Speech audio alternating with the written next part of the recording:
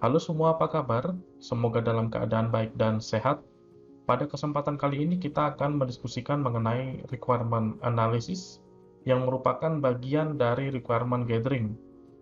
Fase ini terjadi pada awal pengembangan perangkat lunak. Kita mulai dari tujuan sesi kali ini. Setelah menyelesaikan sesi ini, Anda diharapkan untuk yang pertama mampu menjabarkan latar belakang atau motivasi dari pentingnya melakukan requirement analysis. Yang kedua, Anda diharapkan untuk mampu membedakan antara user requirement dengan sistem requirement. Yang ketiga, Anda diharapkan mampu mengabstraksi requirement dengan menggunakan use case serta menulis use case scenario. Subtopik yang akan didiskusikan pada sesi kali ini antara lain yang pertama motivasi, yang kedua user requirement lalu sistem requirements, dilanjutkan dengan use case diagram dan use case scenario. Mari kita mulai. Kita akan awali sesi ini dengan motivasi kenapa sih kita perlu melakukan requirement analysis.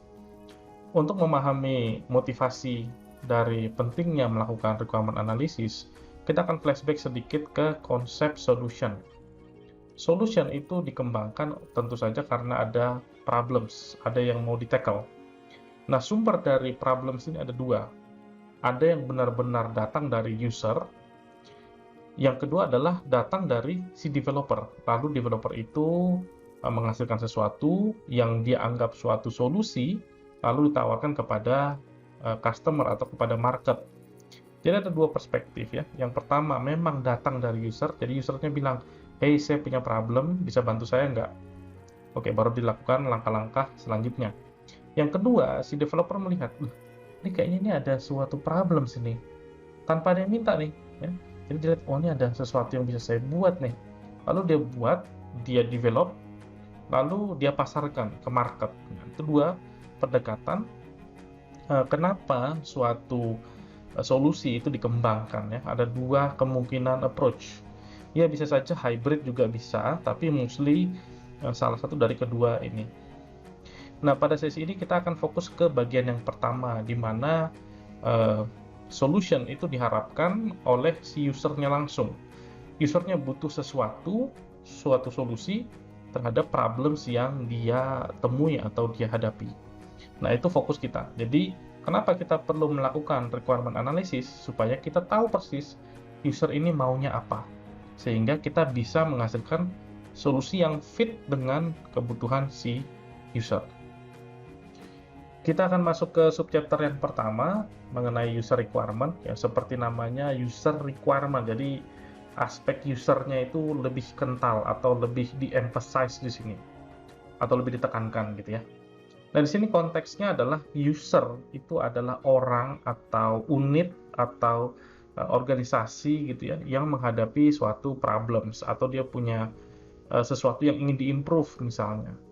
Dan solusi yang dia ingin peroleh itu pada konteks kita adalah solusi berbasis komputer atau sebenarnya software gitu ya. Nah kan kalau dia butuhnya bangunan ya kan tentu nggak ada urusan sama kita ya. Nah tapi sini konteksnya adalah solusi yang berbasis komputer atau software, kira-kira seperti itu. Nah ketika kita bicara dengan user tentu ada konteksnya. Jadi misalnya kita ambil contoh nih, misalnya user kita ini adalah sebuah koperasi simpan pinjam misalnya, contoh aja. Nah, di situ konteksnya adalah tentu ada hubungan dengan ekonomi, ada hubungan dengan perbankan, ada hubungan dengan misalnya aturan-aturan yang pemerintah, atau misalnya berkaitan dengan OJK, semacam itu. Bunga, aduh macam-macam. Nah, kita harus ngerti bahwa user itu pasti bicara dari sudut pandang dia atau konteks dia. Dia tidak akan bicara dengan kita, atau di sini konteksnya kita ini developer ya. Dia tidak akan bicara dengan kita dengan bahasa kita. Dia akan bicara dengan bahasa dia. Ya, bahasa di konteksnya. Jadi kita perlu ngerti konteks dari si usernya apa backgroundnya, sehingga kita nanti bisa beradaptasi dengan pola pikirnya. Ya, kan mungkin pola pikirnya orang keuangan itu tidak sama dengan kita, atau tidak sama dengan developer gitu ya. Atau misalnya yang lebih ekstrim lagi, pola pikir politikus gitu ya, itu kan nggak sama dengan kita. Tapi bisa aja politikus itu menjadi klien kita atau menjadi user kita yang ingin dibantu. Jadi kita harus paham dengan konteks atau latar belakang yang mereka miliki ya, itu penting. Kemudian karena mereka punya latar belakang, tentu cara mereka menyampaikan beda, tidak teknikal, gitu ya. Mereka lebih ke gimana enaknya mereka. Oke, kita harus pahami itu karena mereka bukan orang teknis. Bisa saja begitu ya. Jadi kita harus paham itu. Jadi bahasa-bahasanya, pola pikirnya, alur pikirnya itu biasanya berbeda dengan kita ya, atau berbeda dengan engineer, kira-kira begitu. Kemudian biasanya mereka juga ketika menyampaikan persoalan mereka itu berbasis experience. Misalnya gini, kalau di industri itu hal yang umum, orang itu lompat-lompat. Maksudnya lompat-lompat itu kerjanya berpindah-pindah dari perusahaan satu, kedua, ketiga, dan seterusnya itu lompat-lompat untuk misalnya naik gaji atau dapat tawaran yang lebih tinggi dan lain sebagainya. Nah, ketika mereka pindah, itu mereka akan membawa experience. Experience mereka akan kaya. Jadi ketika dia mau menyampaikan apa yang dia pikirkan, itu biasanya ada aspek experience-nya. Misalnya dia bilang gini, dulu saya waktu di tempat saya yang dulu, yang sebelumnya, itu sistemnya begini, begini, begini, begini. Nah, itu aspek experience yang perlu kita tangkap. Oh, dia pengennya kayak gini. Oh, berarti referensi kita nanti apa? Oh, kita bisa melihat ke perusahaan mana, apa yang mereka pakai. Jadi kita harus catch itu. Ya, jangan kita misalnya menjustifikasi bahwa oh yang sana itu jelek, oh yang itu jelek. Enggak. Pasti dia punya experience yang positif atau experience yang negatif yang perlu kita perhitungkan ketika kita discuss dengan ya, klien kita atau user kita. Ya, kita yang harus memilah-milah ya. Oh, ini experience-nya jelek, artinya saya harus ngapain. Oh, ini experience-nya bagus, saya harus ngapain. Ya, yang penting adalah kita mengcapture apa pendapat mereka. Ya, itu penting. Yang kedua, kadang-kadang yang berikutnya kadang-kadang ketika kita discuss dengan mereka itu mix dengan emotion. Misalnya saya ketika pakai sistem ini saya terus dianggap salah. Artinya mungkin ada misalnya ya, ada proses yang mungkin merugikan dia, maka dia menganggap salah atau selalu dipersalahkan. Padahal dia merasa sudah melakukan dengan benar. Nah, kita harus jadi masukan buat kita. Oke, berarti saya harus buat seperti apa supaya transparan, supaya bagaimana dan lain sebagainya. Mungkin nanti akan berdampak pada aspek-aspek non fungsional. Nah, jadinya perlu ya. Misalnya contoh yang lain, warna. Ada orang yang buta warna, tapi karena aplikasi itu penuh dengan warna, dia jadi mislead ya, salah dia ketika memilih karena warnanya itu dia lihat sama. Misalnya ya, contoh aja. Nah, jadi kita harus take into account emosi mereka. Kita harus paham, oh mereka maksudnya begini. Tapi kita harus bisa memilah emosi itu sebenarnya memang karena salah dia atau memang sistemnya yang membuat dia jadi salah. Gitu ya. Kita harus apa namanya careful. Nah, kemudian kadang-kadang ketika kita melakukan requirement juga discuss sama klien gitu ya. Itu kadang-kadang dia ngomong hal yang nggak penting, yang nggak ada hubungannya sama sekali. Ya misalnya dia bilang, oh kalau di sana gajinya gede, di sana gajinya kecil. Nah, apa urusannya dengan sistem yang mau kita kembangin? Nggak ada. Jadi kita sebagai engineer harus bisa memilah mana yang perlu dalam konteks pengembangan sistem dengan yang tidak perlu. Nah, itu biasanya berkaitan dengan user ketika kita melakukan requirement. Nah, kita harus pintar-pintar memilah mana yang perlu, mana yang enggak, dan kadang-kadang memilah itu juga perlu experience juga. Jadi semakin sering Anda melakukan requirement gathering dan analisis, Anda akan semakin tajam dalam melihat, oh ini bagusnya gini, oh ini bagusnya gitu, oh maunya gini dia, yang ini maunya gitu, apa garis tengahnya. Nah, itu yang perlu Anda kembangkan, kemampuan yang perlu Anda kembangkan di masa depan. Nah, kita akan coba lihat ya. Nah, biasanya ketika kita melakukan requirement kepada user, itu kadang-kadang bentuknya tidak terstruktur. Ya, jadi kita punya base pertanyaan, kemudian kita discuss, gitu ya, kita observe apa yang mereka kerjakan, kemudian kadang-kadang apa yang kita peroleh dari diskusi dengan klien itu bisa kemana-mana, ya, bisa tidak terstruktur, bisa ngalur ngidul dan lain sebagainya. Nah, tugas Anda adalah menstrukturkan itu sehingga Anda tahu persis apa yang diharapkan oleh si user atau apa sih sebenarnya requirement-nya gitu ya. Nah, kalau ngalur ngidul apa yang mau kita kita kerjain? Nggak tahu kita karena ngalur ngidul. Jadi Anda harus strukturkan. Nah, biasanya untuk menstrukturkan kita menggunakan template sebagai berikut. Ini dari perspektif usernya ya. Jadi usernya itu berpikir I want to do something sehingga saya bisa bla bla bla. Misalnya kalau tadi kasusnya adalah koperasi misalnya, maka di situ bisa saja misalnya nih saya mau menabung, I want to misalnya deposit ya supaya ya uangnya terjaga, tidak dicuri orang atau tidak eh, atau biar bisa berbunga dan lain sebagainya. Jadi tujuannya bisa macam-macam. Untuk kasus yang very obvious, bisa saja bagian so that-nya itu tidak dituliskan ya. Misalnya I want to authenticate, so that-nya ya supaya aman, supaya orang tidak bisa sembarangan mengakses sistem lalu mengacak-acak. Itu very obvious ya. Jadi kadang-kadang tidak perlu ditulis. Ya, tapi kalau spesifik, domainnya sangat spesifik ya tentu perlu ditulis. Nah, kadang perlu juga ditambahkan konteks-konteksnya.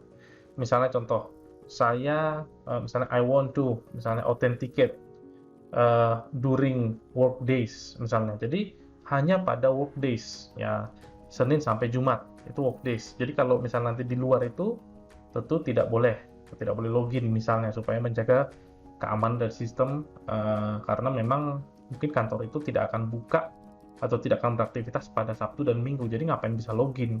Nah, itu contoh. Kemudian kadang-kadang ada informasi tambahan, misalnya ada aturan yang harus diikuti, misalnya merujuk pada peraturan pemerintah nomor segini-segini. Bisa disertakan di situ. Ya, jadi konteksnya kita dapat, tujuannya kita dapat, kenapanya kita dapat. Kalau ada additional information, tentu kita juga bisa dapat. Nah, ini biasanya template yang digunakan ketika kita melakukan requirement. Berikut ini adalah sebuah studi kasus yang sangat sederhana. Saya pikir Anda familiar ya dengan perpustakaan. Mudah-mudahan tidak ada dari Anda yang belum pernah ke perpustakaan. Nah, di sini kita ambil dua sudut pandang, yaitu dari anggota perpus dan dari pustakawan. Jadi ini dua sudut pandang, kita akan coba gali apa sih yang mereka harapkan atau apa sih requirement mereka. Satu-satu ya, kita ambil dari anggota perpus dulu atau library member. Di sini saya hanya tulis dua saja. Masih banyak yang lain? Yes, hanya tulis dua. Misalnya dia mau atau requirement pertama dia mau minjem buku. Ya, kenapa dia mau minjem buku? Tentu dia mau membaca isi buku tersebut. Nggak mungkin lah misalnya atau nggak wajar ya ketika dia bilang saya mau pinjam buku buat apa, buat ganjel pintu, itu nggak wajar itu ya, perlu berobat. Nah, jadi biasanya tentu supaya bisa dia baca atau mungkin bisa jadi referensi dia mengisi waktu misalnya atau whatever lah. Kemudian dia juga ingin mampu untuk mengembalikan buku ya, dia udah minjem ya dia harus balikin karena waktu minjem itu juga ada batasan waktunya, misalnya boleh dipinjam 1 minggu atau 5 hari misalnya, macam-macam ya tergantung dari aturan perpustakaan itu sendiri. Yang berikutnya kita lihat dari sudut pandang pustakawan atau librarian ya. Dari sudut pandang librarian ini bisa banyak juga, saya hanya tunjukin dua saja. Jadi misalnya di sini dia mau bisa mendaftarkan buku baru. Jadi kalau misalnya perpustakaan itu kan bisa dapat sumbangan buku, bisa membeli buku untuk memperkaya koleksinya. Nah, buku baru tersebut supaya bisa dipinjam itu kan harus didaftarkan, harus diregister, dikasih nomor panggil ya, phone number-nya, harus misalnya dikasih apa namanya, bungkus ya, dikasih apa itu namanya, sampul ya, sampul plastik, lalu harus diregister, dicatat ini bukunya apa supaya bisa dicari, bisa di search gitu ya. Itu contoh. Jadi si librarian itu ingin meregister sebuah buku baru supaya bisa tersedia bagi customer-nya atau bagi anggota perpus ya. Kemudian dia juga tentu akan melayani peminjaman ya. Nah, pelayanan peminjaman itu sendiri harus bisa dicatat. Siapa yang minjam, kapan dipinjam, jam berapa, terus nomor panggil bukunya apa, kemudian bukunya yang mana, kapan harus balik, dan lain sebagainya. Ya, verifikasi membernya, member dari perpusnya, nah itu juga akan dilakukan. Nah, itu contoh requirement yang ada di perpustakaan. Masih banyak yang lain ya, ini cuma sebagian saja. Berikutnya kita beralih ke sistem requirement yang tadi adalah dari sudut pandang user. Nah, sekarang dari sudut pandang sistem, atau apa yang seharusnya sistem ini bisa berikan sehingga requirement user tadi bisa terpenuhi. Atau dengan kata lain, sistem requirement ini adalah apa saja yang si sistem itu harus miliki sehingga menjadi solusi bagi si user. Nah, sistem requirement ini ada dua macam, ada yang functional requirements dan ada non-functional requirement. Nah, untuk functional artinya fungsionalitas ya, artinya apa yang memang dia harus bisa lakukan gitu. Ini sifatnya esensial, wajib ada. Ketika functional ini tidak terwujud, nah itu bisa mengancam kegagalan dari pencapaian si sistem.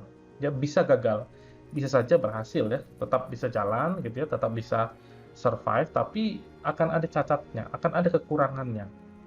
Nah, sebaliknya untuk non-functional requirement ini sifatnya tidak esensial. Kalaupun tidak ada sebenarnya sistem itu pasti bisa hidup atau pasti bisa melayani customer-nya atau bisa melayani user-nya, tapi tentu tidak optimal. Ya, ada ya kurang mantap gitu aja ya. Misalnya ibarat sayur kurang garam gitu. Sayurnya kan tetap bisa bermanfaat, tapi karena nggak ada garam kurang nyus dia. Ya, atau misalnya teh tanpa kotak. Ya tehnya tetap teh, tapi karena ada kotaknya dia jadi lebih mantep gitu ya. Kesannya lebih wow gitu. Nah, jadi kalau diperhatikan, beda antara fungsional dengan non-fungsional adalah pertama urgensinya. Fungsional harus sifatnya. Kalau tidak tercapai bisa mengancam dari kesuksesan si sistem dalam upaya memuaskan user requirement. Itu bisa terancam. Belum tentu sih akan gagal, tapi bisa terancam, bisa gagal. Ya, sifatnya adalah esensial. Nah, kemudian berbeda dengan non-functional, itu sifatnya tidak esensial, bunga-bunga gitu ya. Kalau nggak ada, nggak apa-apa, cuman kalau ada ini akan jadi value added yang mantap. Misalnya contoh, non-functional. Misalnya untuk non-functional itu availability. Ya. Availability itu si sistem harus bisa diakses kapan saja, di mana saja, 24/7 misalnya contoh nih. Nah, kalau misalnya ternyata sistem itu tidak bisa 24/7 atau misalnya dia cuma bisa pagi doang, malam nggak bisa diakses, somewhat kita masih oke gitu ya, karena sistemnya masih ada, masih jalan kok dia. Cuman dia tidak beroperasi ketika jam-jam tertentu. Dia akan merugikan usernya, ya, tapi usernya masih akan tetap bisa survive ya, masih akan tetap bisa survive. Kita cuma tidak pada waktu yang tepat saja. Tapi kalau yang fungsional beda. Kalau tidak bisa, tidak ada fungsi itu, suatu fungsi tertentu, ya maka sistem ini nggak ada gunanya.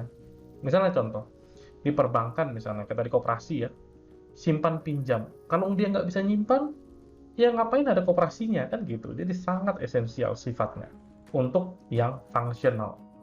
Nah, itu dua key yang harus Anda ingat. Oke, kita akan lanjut ya. Kita lanjut dengan subtopik yang berikutnya, yaitu use case diagram. Jadi use case diagram ini sebenarnya digunakan untuk menggambarkan atau mengabstraksikan sistem requirement. Ya, secara spesifik, functional requirement. Apa yang disediakan oleh si sistem nantinya untuk mensatisfy user goals yang ada di user requirement. User berharap bisa ngapain, dan itu dicerminkan dalam functional, dan ini akan diabstraksikan dalam bentuk diagram yang namanya use case diagram. Ya, use case diagram ini adalah bagian dari UML diagram, jadi Unified Modeling Language. Banyak sekali diagramnya di sana. Dan untuk bagian analisis, requirement analysis itu salah satunya adalah use case diagram. Nah, kita akan lihat nanti seperti apa. Pada intinya, sebuah use case diagram itu menggambarkan atau mengabstraksikan apa sih yang diinginkan atau apa saja sih goals dari stakeholders atau usernya nanti, kira-kira gitu, atau benda-benda yang akan ada di sekeliling dia atau yang akan berinteraksi dengan si sistem itu sendiri. Ya, jadi ya in general kira-kira seperti itu. Kemudian apa saja fitur dari si sistemnya secara umum, dia akan menggambarkan secara umum. Nah, sekarang kita akan coba lihat case tadinya. Nah, di sini saya berikan gambar dari use case diagram. Di sini use case diagramnya untuk kasus library yang tadi ya. Jadi nanti di sini ada yang namanya system under discussion, kemudian ada boundary-nya, ada kotaknya gitu ya.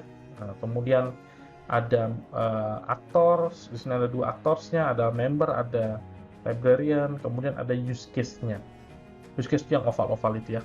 Nah, boundary ini yang kotaknya, kotak biru ini ya. Nah, itu boundary. Nah, kita akan coba lihat satu persatu. Kita mulai dari System Under Discussion atau SUD. Ya, SUD ini kita lagi ngomongin apa sih? Sistem apa sih ini? Sistem library. Jadi ini contohnya, sistem library. Ditandai dengan adanya boundary. Ada kotaknya yang di luar itu. Itu artinya sistem ini hanya yang ini ya. Di luar ini tuh nggak sistem lagi. Ya, di luar dari kotak ini tuh sudah bukan sistem library lagi, udah yang lain. Udah stakeholder, kira-kira gitu ya. Nanti ada aktor atau ada sistem yang lain, yaitu whatever lah. Yang pasti yang ada di dalam kotak ini adalah sistem library. Di dalam sistem ini nanti menjabarkan goals yang bisa dicapai oleh stakeholdernya. Nah, kotak ini sebenarnya atau SUD ini menjabarkan mengenai sistem ini tentang apa, konteksnya apa, dan nanti tujuannya ngapain, kira-kira gitu ya. Memberikan kita gambaran ya secara umum, oh ini apa sih gitu ya. Oh, ini sistem perpustakaan. Nah, kita tidak akan ngomongin masalah perbankan ketika kita ngomongin perpustakaan. Atau ketika kita ngomongin perpustakaan, kita sedang ngomongin restoran, itu enggak seperti itu. Jadi memberikan konteks bagi kita dan memudahkan kita dalam memahami use case di dalamnya apa sih, kira-kira gitu ya. Dan di sana ditandai dengan adanya boundary, ada kotaknya yang menandakan bahwa di luar kotak ini itu sudah bukan tentang library lagi. Ya, kira-kira seperti itu. Berikutnya kita akan membicarakan mengenai aktor pada sebuah use case diagram. Aktor itu pada dasarnya adalah role. Yang pertama ya, kemungkinan pertama adalah role, sebuah peran atau entitas lain atau organisasi lain ya di luar dari si system under discussion. Kita bicara satu-satu ya, mulai dari peran ya, dari aktor yang merupakan peran atau stakeholder yang memiliki peran dalam suatu sistem. Di sini kita ambil contoh librarian ya. Librarian itu adalah suatu peran, bukan orangnya, tapi perannya apa dalam sistem perpustakaan. Ambil contoh yang lain, misalnya library member. Library member itu juga role, peran dalam suatu sistem perpustakaan. Bukan orangnya yang kita bicarakan, tapi perannya. Yang berikutnya misalnya student, ya, student, teacher, terus apa lagi ya, student, teacher, kemudian ada faculty. Nah itu termasuk aktor dalam konteks higher education atau di pendidikan tinggi. Ada dosen, ada siswa, ada fakultas, ada prodi, itu termasuk aktor kalau dalam konteks pendidikan tinggi. Atau misalnya nurse ya, perawat dengan dokter, itu juga contoh role pada konteks misalnya rumah sakit mungkin atau puskesmas semacam itu, klinik, itu bisa. Nah itu kalau dari sudut pandang role. Nah yang kedua ada dari sudut pandang interrelated system atau entitas lain tapi di luar dari SUD. atau sistem under discussion. Di sini ada beberapa contoh. Misalnya Gmail dengan Android based smartphone. Jadi Anda punya handphone berbasis Android dan Anda tentu harus punya akun Gmail ya supaya bisa akun Google gitu ya untuk bisa misalnya ya mengaktifkan handphonenya, kemudian bisa download dari App Store dan lain sebagainya atau Play Store ya. Nah, sebenarnya dari sudut pandang si handphone, Gmail account itu hal yang terpisah dari dia. Saya tidak punya hubungan dengan Gmail account itu, tapi saya butuh dia. Ya, secara sistem itu benda yang terpisah, tapi mereka saling membutuhkan. Atau lebih tepatnya sebenarnya phone ini yang membutuhkan Gmail. Ya, jadi dari sudut pandang phone, si handphone Android ini, Gmail itu adalah external entity atau entitas lain di luar dari sistem under discussion. Sistem under discussion-nya adalah si handphone itu. Ya, itu contoh. Berikutnya misalnya proyektor dengan komputer system. Nah, proyektor ini digunakan untuk memproject gambar atau video atau whatever. Tapi sebenarnya proyektor itu bukan bagian dari komputer. Tapi dia bisa dihubungkan, ya, dihubungkan ke komputer sehingga bisa dimanfaatkan oleh komputer untuk menampilkan sesuatu. Nah, jadi dari sudut pandang si komputer, proyektor itu adalah external entity. Ya, kira-kira intinya seperti itu. Nah, kita lihat contoh yang ketiga. Di sini ada GoPay dengan JDID. Ya, di sini Anda bisa pakai OVO dengan Topet misalnya. Ini saya nggak ngefan kemana-mana, cuma contoh aja. Jadi GoPay misalnya nih ya, ketika digunakan untuk melakukan transaksi di e-commerce misalnya, JDID, ambil contoh aja, itu sebenarnya itu kan dua sistem yang terpisah ya. Mereka nggak punya hubungan sebenarnya. Tapi mereka bisa direlasikan untuk bisa mencapai suatu goals. Apa itu? Terjadi suatu transaksi. Jadi dari sudut pandang e-commerce, GoPay atau OVO misalnya itu adalah external entity yang sebenarnya bukan bagian dari kita gitu ya. Cuman kita bisa interact dengan mereka untuk melakukan payment. Nah, itu contohnya untuk dari perspektif entitas lain ya. Jadi aktor dari sudut pandang entitas. Jadi aktor yang dilihat sebagai entitas di luar dari SUD. Nah, itu kira-kira ya. Nah, kita akan coba lihat lagi ya. Aktor itu sendiri bisa kita bedakan menjadi dua.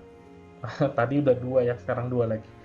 Oke, aktor itu bisa kita lihat dari perspektif siapa yang men-trigger atau tingkat kepentingannya atau aktor dalam peranannya dalam konteks menjalankan sebuah use case. Nah, sebuah aktor itu bisa dikategorikan menjadi sebagai primary aktor atau bisa juga sebagai secondary aktor. Nah, primary aktor adalah aktor yang men-trigger atau yang menyebabkan suatu use case itu dieksekusi. Nah, sementara secondary aktor adalah aktor yang kehadirannya diperlukan sedemikian rupa sehingga use case itu dapat dieksekusi dengan komplit ya. Jadi kalau tanpa ada secondary ini sebenarnya use case itu mungkin tidak bisa diselesaikan. Ya, misalnya ambil contoh, Anda mau membeli dari suatu e-commerce, yang membeli barang lah, apa flash disk mungkin. Apakah mungkin Anda membeli tanpa ada yang jual? Tidak mungkin, pasti ada yang jual. Akan ada proses verifikasi. Oke, siap gan antar, gitu ya. Pasti ada yang mau verifikasi. Nah, itu artinya ada secondary-nya di sana. Siapa primary-nya? Anda yang beli. Secondary-nya siapa? Ya yang jual. Kan dia akan melakukan verifikasi, dia akan bilang oke, dia akan kirim. Kalau nggak ada penjualnya, mana mungkin barang itu datang sama Anda? Tidak mungkin. Itu contoh relasi antara primary dengan secondary. Jadi, suatu use case bisa saja itu ada primary-nya dan ada secondary-nya. Ada nggak misalnya use case yang tidak perlu ada secondary-nya? Ya, bisa saja ada. Misalnya contoh, Anda register ke Gmail misalnya, ambil contohnya. Kalau Anda mau register ke Gmail, ya register aja. Nggak akan ada yang memverifikasi Anda. Cuman paling dipastikan misalnya apakah Anda cukup umur, apakah akun Anda itu atau alamat email yang Anda ingin gunakan itu sudah pernah terdaftar atau belum, dan lain sebagainya. Tapi selain itu tidak ada orang yang misalnya memverifikasi Anda langsung yang menyetujui atau tidak menyetujui, nggak ada. Ya, jadi bisa saja ada use case yang tidak memerlukan secondary aktor. Ya, itu perlu diingat. Berikutnya adalah use case. Nah, use case itu bentuknya oval gini ya. Use case ini menggambarkan goals, user goals, atau apa yang user bisa capai melalui use case ini. Jadi use case ini menunjukkan goals, apa yang user ingin bisa capai. Misalnya contoh di sini mau mengembalikan buku, ya tujuan dia untuk mengembalikan buku. Ini bukan semata-mata feature dari si sistem, tapi menunjukkan goals dari usernya atau siapa yang nanti akan menjadi primary aktornya. Nah, di sini sebuah use case itu akan terhubung ke paling sedikit satu orang atau satu aktor ya, bukan satu orang ya, satu aktor. Karena aktor ini bisa saja organisasi, bisa saja sistem lain di luar dari SUD. Nah, kemudian biasanya dalam use case ini dikasih dikasih deskripsi ya, yang mencerminkan lah, representatif. Kemudian nanti rincian proses di dalam sebuah use case didetailkan dalam sebuah use case scenario ya. Itu akan kita bicarakan setelah ini. Nah, berikutnya kita akan membicarakan mengenai use case scenario. Nah, tadi kita sudah lihat use case diagram. Kemudian kita akan zoom in ke use case scenario. Use case scenario adalah rincian dari sebuah use case. Satu use case itu satu oval. Jadi kalau misalnya Anda punya 5 oval, ya tentu Anda akan punya 5 use case scenario. Masing-masing scenario untuk menjabarkan setiap use case atau setiap oval-oval tadi ya. Nah, itu Anda harus deskripsikan dalam bentuk use case scenario. Nah, di use case scenario disebutkan apa goals-nya, kemudian siapa primary aktornya, siapa secondary-nya kalau ada, kemudian precondition-nya apa, post-condition-nya apa, kemudian step-stepnya apa, sehingga use case tersebut bisa dikatakan selesai atau tercapai goals-nya. Nah, itu dijabarkan dalam use case scenario. Nah, di use case scenario sendiri ada main flow ya, ketika kondisinya normal, semuanya baik-baik saja, semua prosesnya berjalan dengan sesuai dengan rencana, tapi ada juga yang tidak sesuai dengan rencana. Nah, itu yang disebut dengan alternate scenario. Nanti akan ada contohnya juga. Oke, kita lihat. Nah, kita lanjut ya.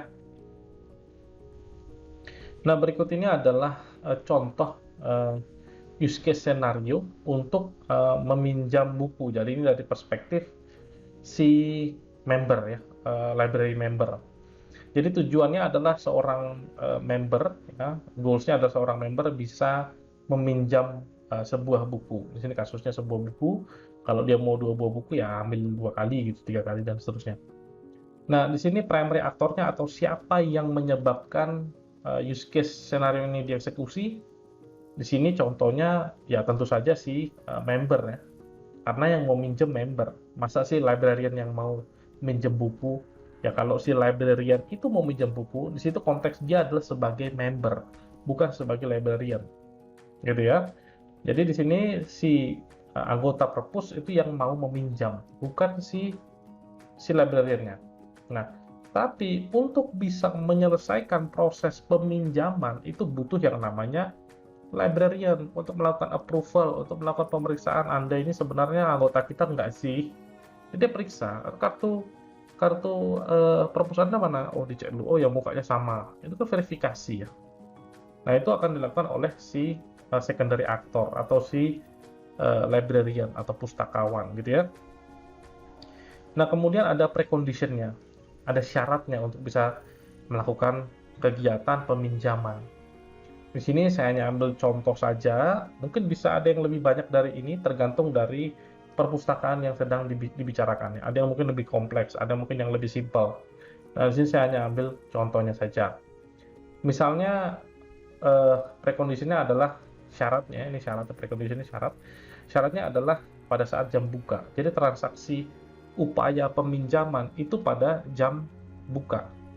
Dia tidak boleh misalnya, saya mau pinjam buku ini jam 5 pagi gitu ya. Siapa yang udah bangun jam 5 pagi? Nggak ada. Misalnya itu contoh aja. Kalau ada perpustakaan yang 24 jam ya tentu precondition ini tidak cocok. Ya, jadi sesuai dengan konteks kasus yang sedang dibicarakan. Perpusnya beda ya tentu beda aturan. Ini contoh saja. Nah, kemudian post condition atau ketika semua proses ini sudah berjalan dengan benar, maka apa yang akan dihasilkan atau apa yang akan tercapai atau apa sih ciri-ciri bahwa goals itu sudah tercapai. Nah, di sini saya hanya bikin contoh saja. Mungkin ada yang lebih kompleks, silakan. Ada yang lebih simpel mungkin silakan, tapi ini hanya contoh saja. Nah, di sini contohnya si member ya tentu mendapatkan buku yang dia inginkan, ingin pinjam. Oh, tadinya dia ingin pinjam, sekarang dia sudah pinjam. Bukunya udah di tangannya. Nah, itu contoh ciri-cirinya. Yang kedua, tentu ada transaksi pencatatannya. Ya. Oh, ini ada bukti transaksi peminjaman. Nah, itu contoh. Bisa lebih kompleks lagi, bisa. Silakan Anda bisa kreatif lagi ya untuk nambahin ini kalau perlu, tapi sesuaikan dengan kasus yang sedang Anda tangani ya. Atau sesuaikan dengan aturan perpustakaan yang Anda sedang ingin kembangkan solusinya ya.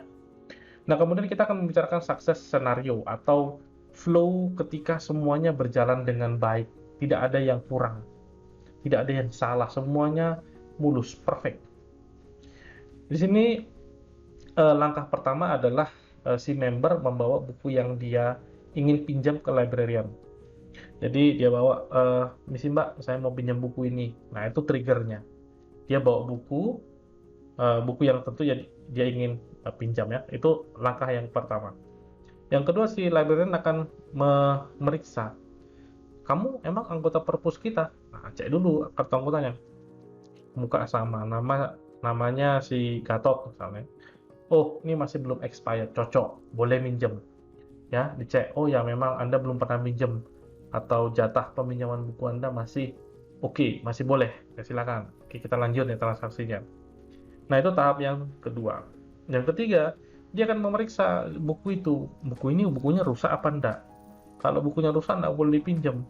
Harus diperbaiki terlebih dahulu.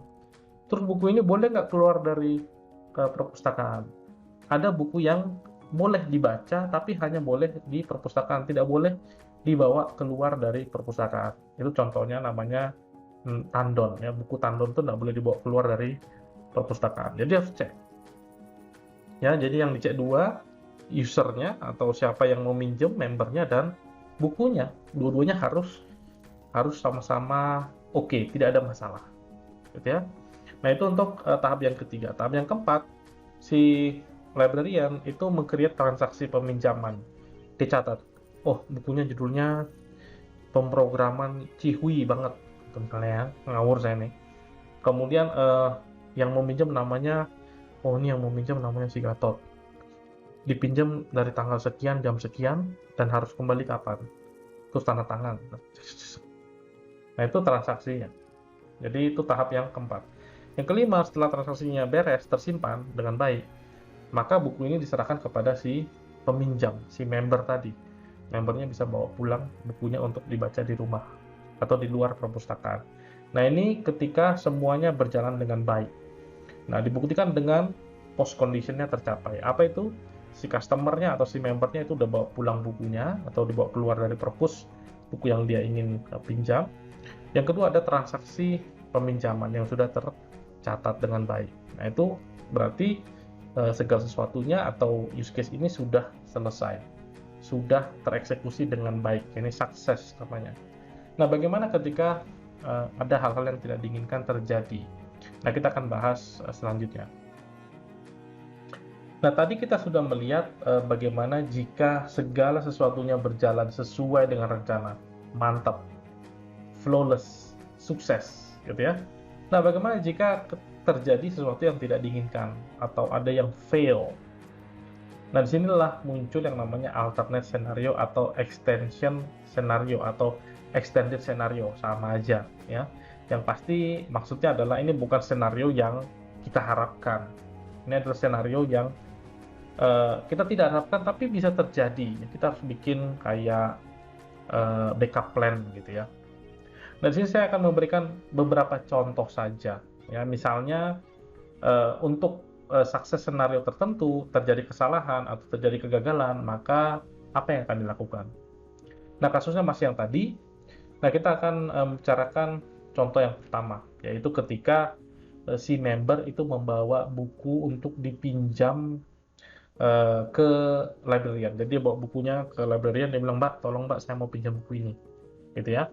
Nah, ternyata ketika sudah sampai di meja si librarian, udah mau diproses nih, si member itu, ya si member, library member ya, dia berpikir ulang, nggak jadi deh. Nah, dia kan nggak jadi, artinya ini di-cancel.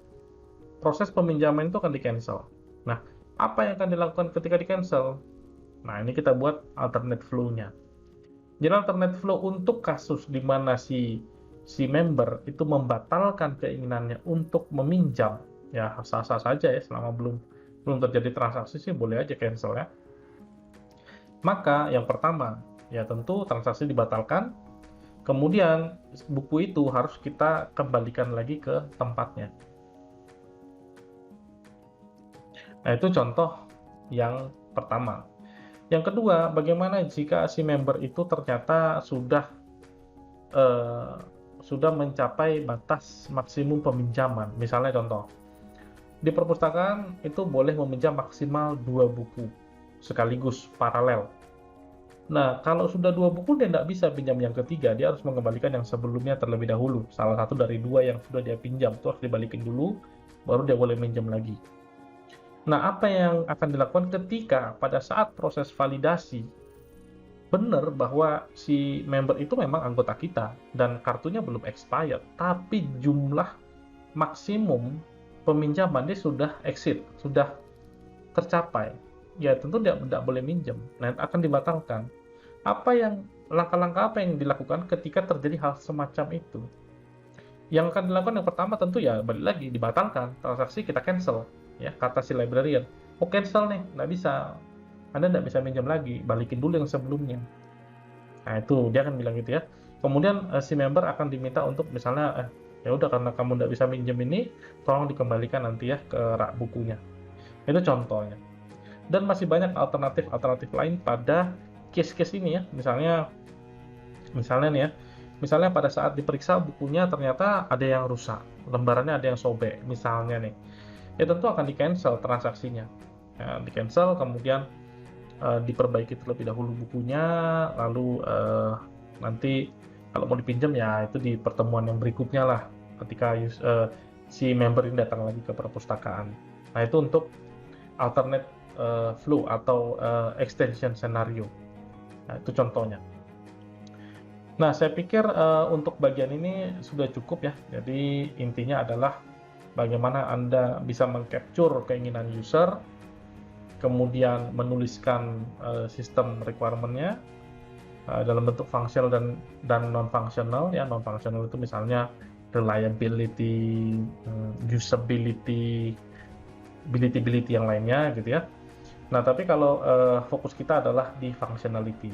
Itu apa yang bisa disajikan oleh si sistem untuk mencapai goals dari si usernya atau stakeholder-nya atau aktornya. Ya, itu intinya. Jadi diabstraksikan dalam bentuk use case diagram yang didetailkan dalam bentuk use case scenario. Kita juga sudah membicarakan success dan alternate scenario. Saya pikir cukup untuk sesi ini. Terima kasih, semoga bermanfaat. Sampai ketemu lagi pada sesi-sesi pembelajaran lainnya. Thank you, ciao.